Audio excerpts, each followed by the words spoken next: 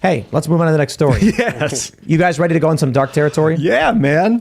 Did you guys see that commercial that was glorifying euthanasia? Where the woman was like, I can choose to die. And then like they're all dancing around her or whatever. She didn't want to die.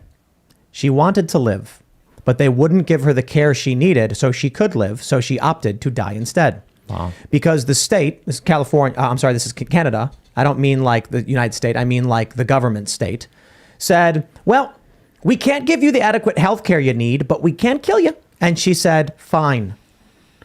From the National Post, woman featured in pro-euthanasia commercial wanted to live, say friends.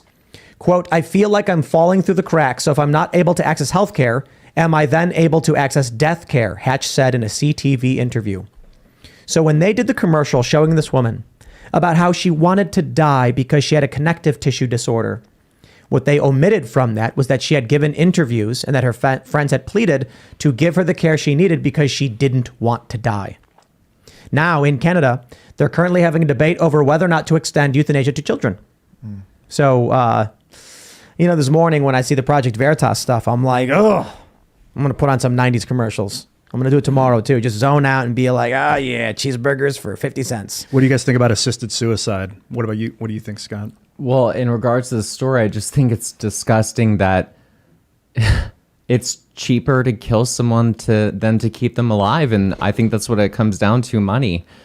And, we've seen that from everything from pharmaceuticals, the trying to get rid of competition, because if it means that there's a cheaper solution to keep somebody alive, affect somebody's pocketbooks, they're willing to try to destroy that competition, which is going to make people pay more in order to stay alive. I just think it's altogether disgusting. It's like the government has an invested interest in killing people and depopulating them and making sure that they no longer exist. It's like almost everything they do and they incentivize goes down this one very dark path. The Daily Caller has a very interesting article that's headlined, Euthanasia is now a leading cause of death in Canada. Yeah. 3%. 3% of all deaths in Canada were people being killed by the state.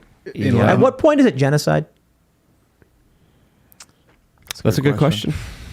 Well, that's a question that I think a lot of people should be asking themselves. The world is just upside down. I recently had a health scare.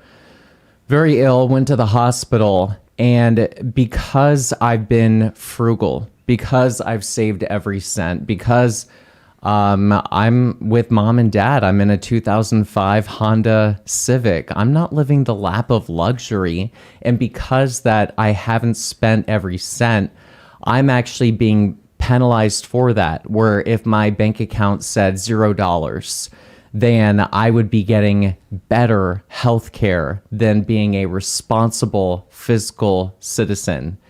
And it's just every aspect of our society, we seem to reward irresponsibility, and we reward not having accountability and transparency.